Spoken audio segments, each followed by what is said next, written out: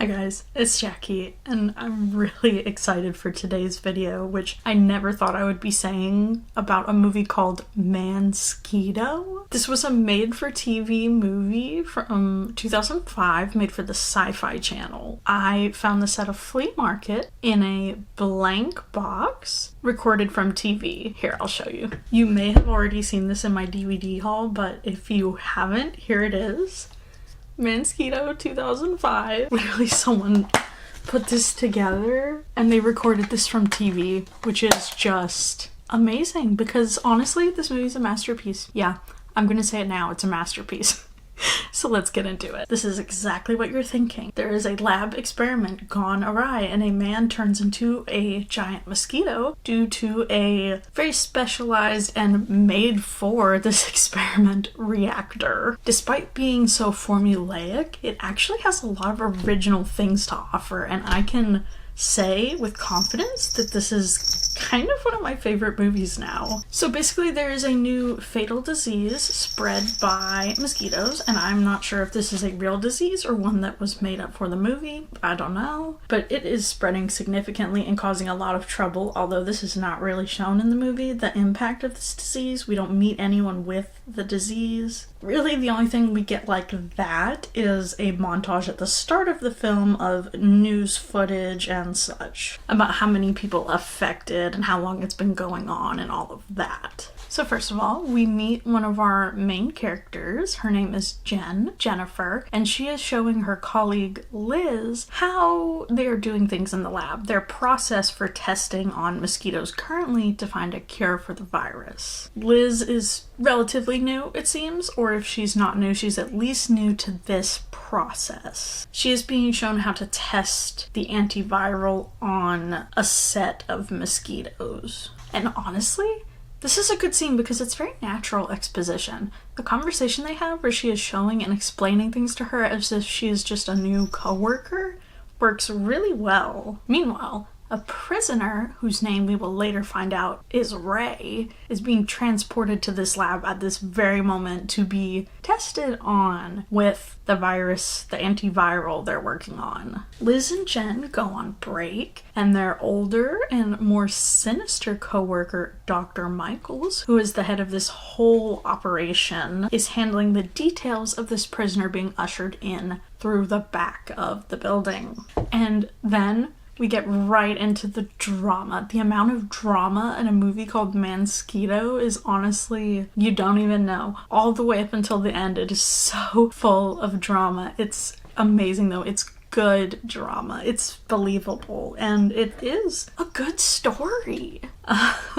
Ray escapes the clutches of the guards. He grabs a weapon and he takes a few of them out, and then he takes Liz captive and holds her as a hostage, and he forces Jen to let him into the lab because I guess he wants to hide there away from the guards. That's not a very good escape plan, but I guess that's what he had. Because he is holding her colleague at gunpoint, she opens the door and lets him in, and I think throughout the firefight that they are having, the reactor is hit and it explodes. It catches both him and Jen in the blast. Jen does hit the emergency shutoff, but the damage is done. The explosion released radiation that they were using to test on these mosquitoes, and Ray escapes. He finds an opening in the floor, a hatch if you will, and climbs underneath the building in a tunnel and gets away just like that. So I guess making his way into the lab worked out after all, but does it really work out for him in the end? And honestly, I really appreciated this because it's a lot more interesting than him just being strapped in and tested on, like them putting a syringe of the antiviral into him. This makes it a lot more interesting and less procedural. Honestly, it was a good way to kick off the movie, and it got me interested. And at this point, he already begins to undergo his slow process into his transformation. And honestly, at this point already, I'm thinking that I love this movie, and I'm going to love it so much, and I'm so glad that I picked up this blank DVD at a flea market. His arms turn into very large and thick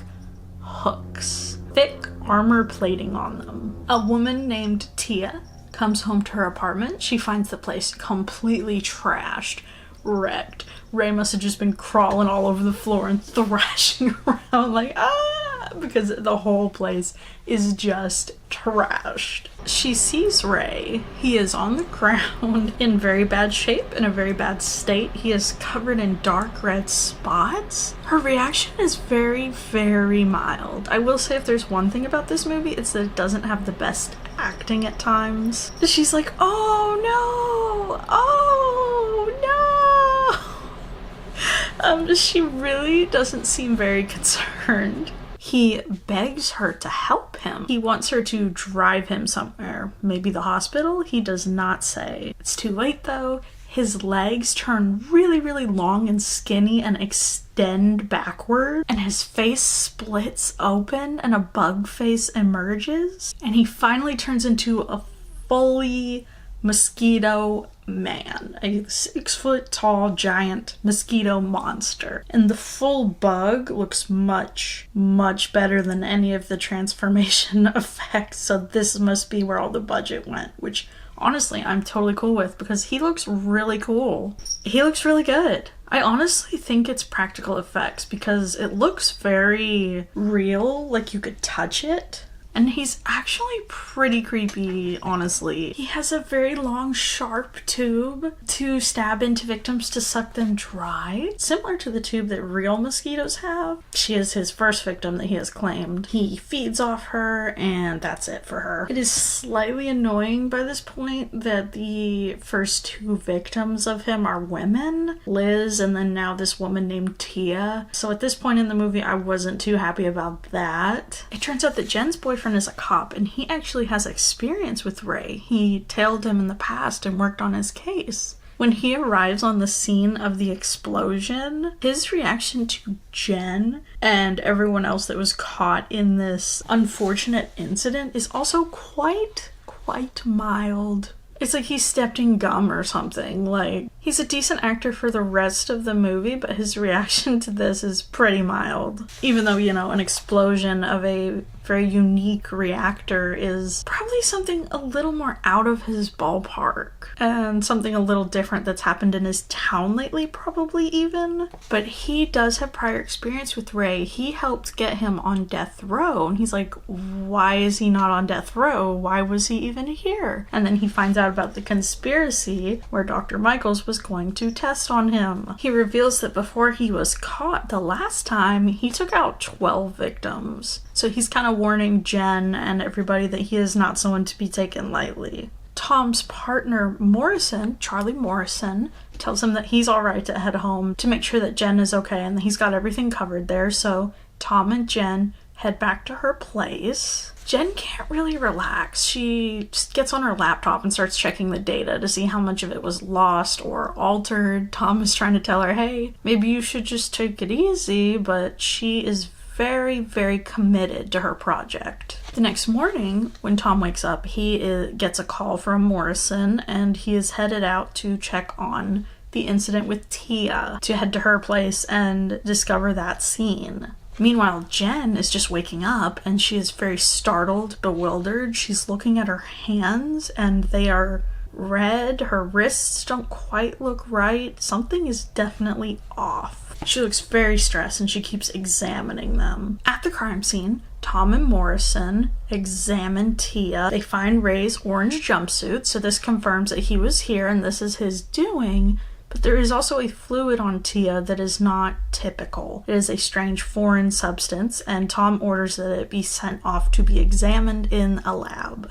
Meanwhile, Jen has gone into work, and Dr. Michaels holds her personally responsible for the incident, despite being the one that unethically transported a prisoner for testing without letting her or Liz know about it. He says it's her fault that everything went awry, that they lost the reactor, that they have been set back so far. He says the one-of-a-kind reactor that they built just for this project can't be recovered. It was too valuable. So apparently he laid off all the rest of the researchers because he says there's nothing to work on now. Jen is putting away blood bags in a cabinet, and before she can even think about what she's doing, she very quickly licks some that spilled onto her gloved hand. Mansquito comes to claim Dr. Michaels, and honestly, he had it coming. Then a man goes to a bar. He's looking for a buddy of his there. He finds him behind a door. Can't hear what he says, but he sees him pointing like this, and he's like kind of telling him to run, but it's too late. Mansquito comes down and claims another victim. Mark off another tally for Mansquito. He gets him through the abdomen with his hook arm, and then he also gets the man that was hiding behind the door. And then this part kind of got me. Then we see blood splatter at an angle upwards directly onto a disco ball. Now, I'm not an expert on these sort of technical things, but it really looks to me like it would not have hit the disco ball at this angle. It could have. It really could have, but the way it's set up in the shot had me like, I don't know about that. Someone very clearly wanted that shot in this movie, even though it doesn't really make sense and doesn't really add to the vibe or anything. Once again, Tom and Morrison head to the scene of the crime. Tom reveals that before this strange escape of Ray's, that his MO for his victims was gunshots, multiple gun wounds, and they were fatal. He thinks it's very weird that it has now changed drastically. He thinks something is off. And he actually says, I need to see how the reactor plays into this, if the reactor affected things at all or affected him, which I think, I mean, yeah, I guess people would probably jump to that conclusion as well, but it seems very specific. So he leaves and says he needs to get more information. He goes to have dinner with Jen, and she is where he is seeking his info. She is definitely acting odd at this dinner. She orders a very, very rare steak. She's pouring lots of sugar into her coffee, and she does tell Tom Ray was right in front of the reactor when it exploded. Meanwhile, Mansquito was following them and watching them, stalking them even. He gets a man in the park, and then he also comes after some homeless men in a tunnel. The men had a fire burning, so on the wall, the shadow shows him lifting him up, stabbing him with his arm. It's a decent image. And then we get a close-up of Mansquito, and this is something I'm wondering through the whole movie, and I'm still wondering. Why does he have buck teeth? Why does he have SpongeBob front teeth? Why? Then Tom and Jen go home and they start getting busy. Her eyes turn red and she bites him on the neck. He gets a phone call, is distracted, doesn't really think about it, react to it. It's Morrison. He has to head out to another scene. He heads out, doesn't really have time to think about it. She, however, heads into the bathroom and her transformation is beginning. And she looks like she is in agony. Tom examines the scene with the homeless people. He notices a connection between all of the locations. They are all very near to the lab where all of this began. Tom decides to go exploring the area to kind of walk around. He finds multiple victims strewn around. It's quite a sight. He thinks that he has found Ray, but Mansquito comes out at him. They have a struggle and Tom tases him. Mansquito just kind of lumbers off and leaves, and then Morrison finds Tom on the ground. Tom tells Morrison that he has seen Ray, but he is not what they think. He is no longer a man. He is a giant mosquito man. And Morrison's like, are you serious, my guy? Like, really? And Tom is like, yes, I mean it. You better put out an APB that says he is a 6-foot-tall mosquito or else. And he specifically wants him to mention that he is armor plated. And Tom leaves once again. He heads out to find Jen to see if they can get any more pertinent information that will help apprehend him or help them take him on. She is back in the lab examining her own blood under a microscope. She says that it has mutated. She's by herself and she starts breaking things in the lab. She's very upset by this. And then, would you guess it? The Mansquito is there and he sees her and she passes out at the sight of him. And then the lab calls Tom and tells him that the fluid found on Tia is actually found in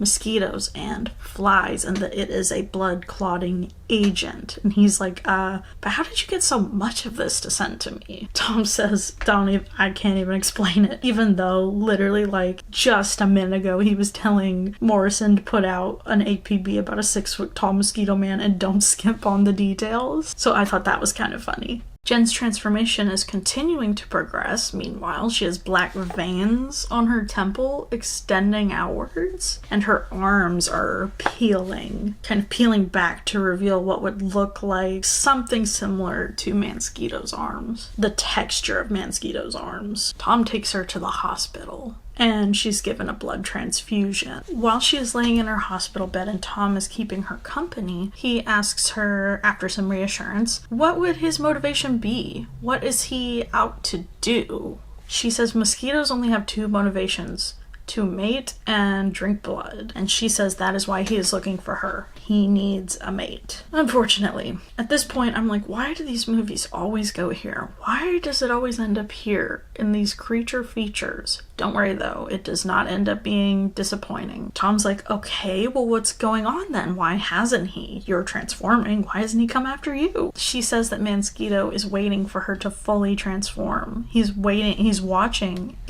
for her full transformation to take place. So that's kind of an explanation given as to why he is following them and keeping tabs on them. This time, Mansquito gets a cop. And this is the first time it fully shows his sharp tube go right in the cop's face. Before this, all the victims, it has gone back to the side because you could tell they didn't really have the budget for the effects. But this time, it goes straight into his face. Jen really wants to go back to the lab, but Tom tells her she needs to rest. This transformation is taking a toll on her. So Tom still has to go and get work done though. So in his place, he asks Morrison to keep an eye on her, to make sure she's okay, guard her from Mansquito, to keep an eye on her transformation progress. Then we have a new development. On Mansquito's back, the armor plating cracks open and wings emerge, and then he flies away from the scene with the cop. After Tom arrives and examines the scene and the victim, he tells this cop to let everyone know to show up with armor-piercing rounds. Everybody armed and loaded with them. The cop is very confused, kind of gives some pushback like, everyone? Why? And he's like, just do it.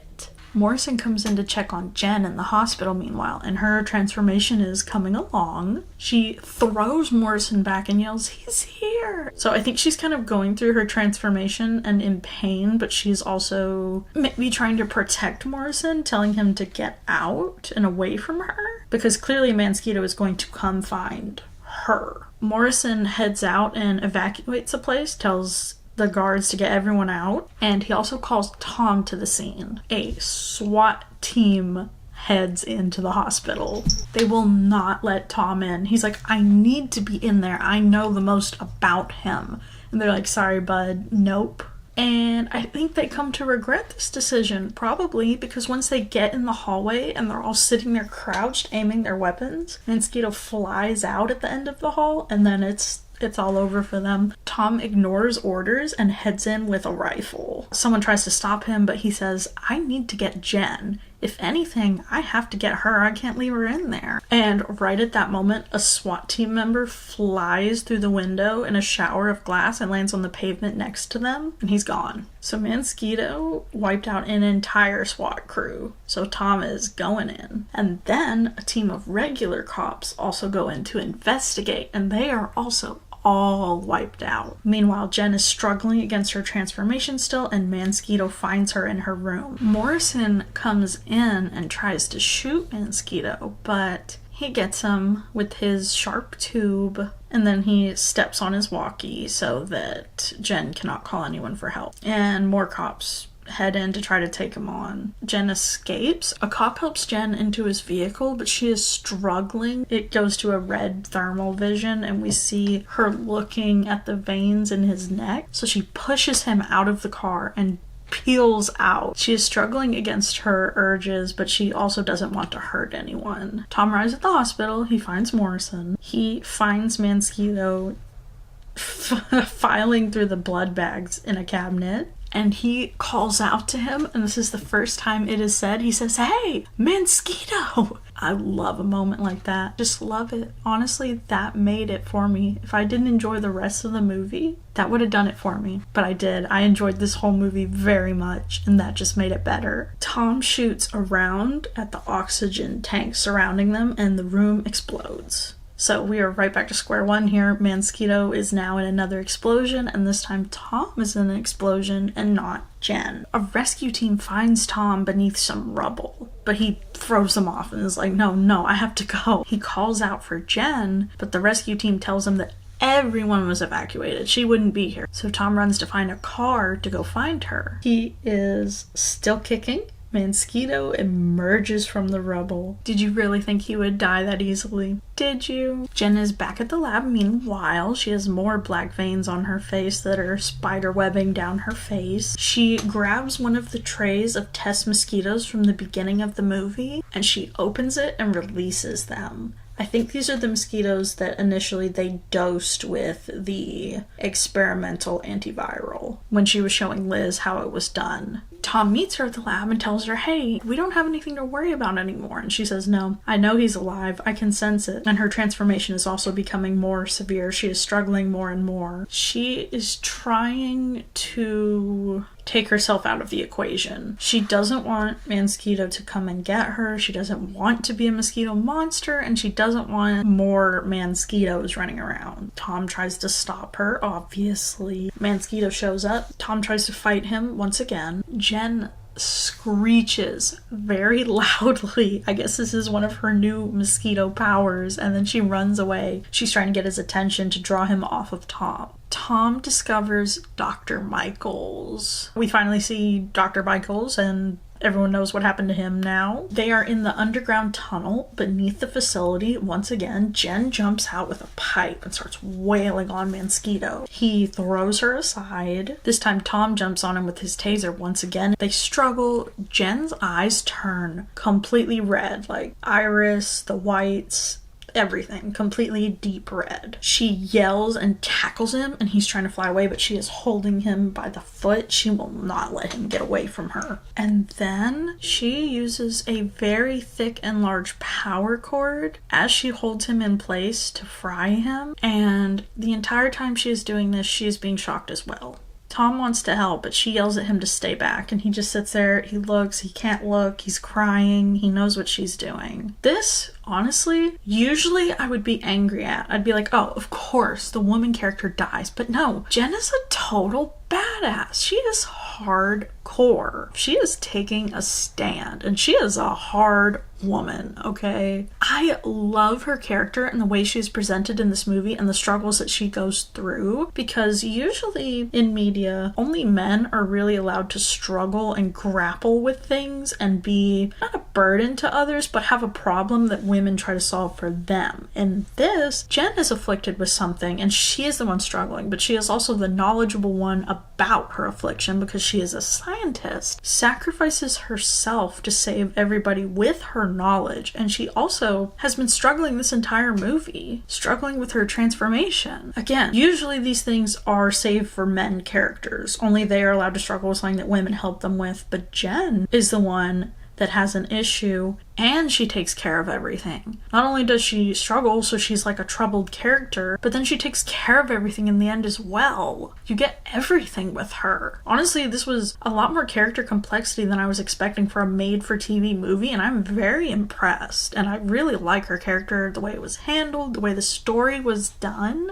I really can't believe I'm saying that one of my new favorite characters is in a made-for-TV movie about monster mosquitoes. And then at the end, there's a shot of her sitting slumped in the dark, her silhouette with her hair just hanging down. And when I tell you it is the hardest image ever, like, it looks cool. Tom writes in his report that Mansquito is no more, that Jen took care of him and she is also no more, but that she saved everyone. Not only did she get rid of Mansquito, I believe that by releasing that set of mosquitoes, she cured the virus. Or she didn't cure it, but she released something that would eventually lead to the virus petering off. He says he lost the only woman that he loved, but that there's always a new beginning. And honestly, that line from him annoyed me, talking about how he lost the only woman he ever loved because they're trying to do the whole male character development through losing a loved woman, but they can't take it away from me. They can't. They already did everything cool with Jen's character, so I don't care that he says this. They kind of gave him that, I think, because he has no other character arc throughout the whole thing, except watching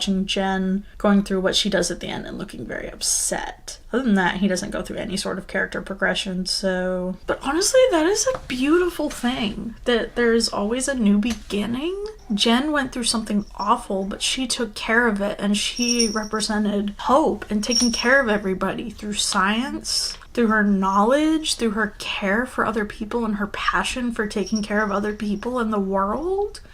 Why am I tearing up? Why am I tearing up? Jen was awesome. Honestly, a really cool character, and the story in this was honestly so much more than I could have expected, so much more than I honestly asked for in my head while I was watching it, and it gave me everything I wanted. I got a cool creature feature, I got a complex female character, I got a troubled female character. Why? Why did a sci-fi original movie give me everything I wanted, and like Hollywood movies and mainstream movies won't give me the women characters I want? Look to Mansquito. A movie called Mansquito had one of the best female characters I've seen in a while. This movie was great. Honestly dramatic and not in a bad, pulpy way. I believed the story. I believed the drama. Is the acting stellar at all times? No. Do I care about that? Also no. I was never bored, okay? And that's what really matters. And Jen was the one that saved everyone in the end. She took care of the bug. She took care of everything. The movie started with her and it ended with her. And it ended with her accomplishment. I will be watching this again, unironically. I love this movie, and I'm so glad that I picked up this blank DVD, even though I thought it would be a horrible movie that I would laugh at. Instead, I'm laughing at how good this movie is. So thank you for watching. Hopefully you enjoyed hearing about this weird and unique movie as well. Hopefully I'll see you next time. Bye!